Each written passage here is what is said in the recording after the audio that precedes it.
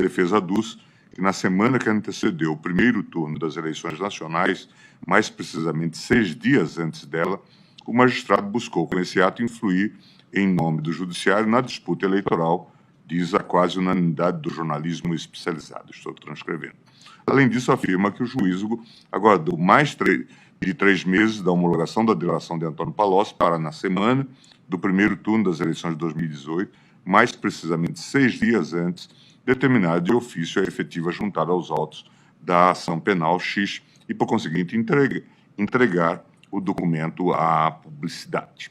No caso em tela, chamam a atenção as circunstâncias que permearam a juntada dos autos do acordo de colaboração premiada de Antônio Palocci. Em primeiro lugar, verifique-se que, quando referido acordo foi juntado aos autos da ação penal referida, a fase de instrução processual já havia sido encerrada,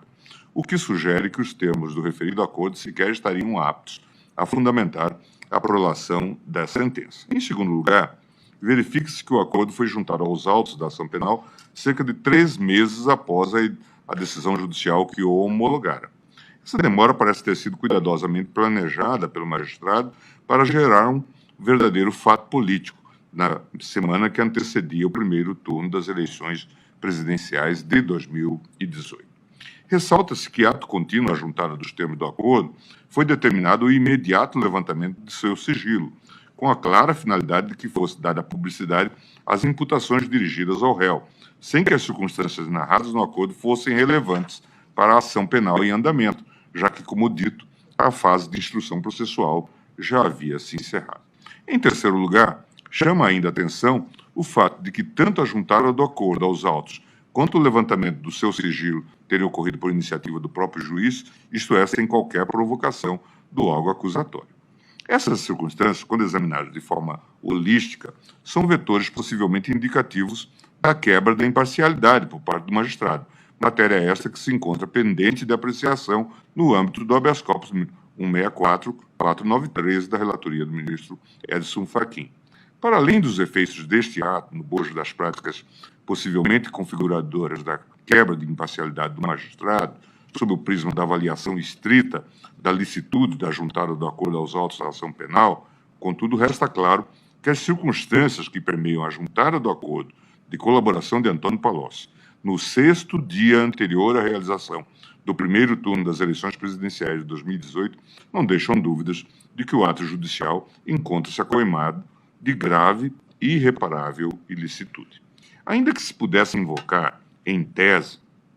a possibilidade jurídica da produção de prova de ofício pelo julgador, com fundamento no artigo 156 do Código de Processo Penal, no caso em tela, sequer é possível falar verdadeiramente em produção probatória. Os termos do acordo, repise-se, não poderiam ter sido utilizados para a formação de juízo de autoria e materialidade das imputações, uma vez encerrada a instrução processual. Desse modo, a juntada do acordo não parece ter tido outro propósito a não ser o de constranger e macular a posição jurídica do réu, hipótese essa a atrair a incidência do artigo 157 do Código de Processo Penal, que preleciona inadmissíveis as provas ilícitas, assim entendidas as obtidas em violações a normas constitucionais ou legais.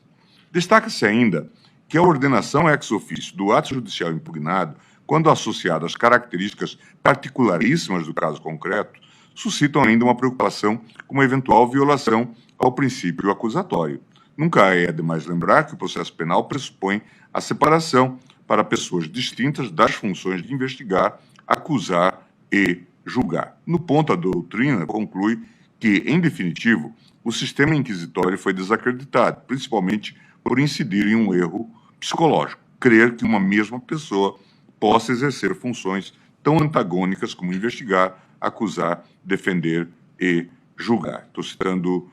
a obra Direito Processual Penal de Aury Lopes Júnior. O modelo acusatório determina, em sua essência, a separação das funções de acusar, julgar e defender, e assim tem como escopo fundamental a efetivação da imparcialidade do juiz, visto que esta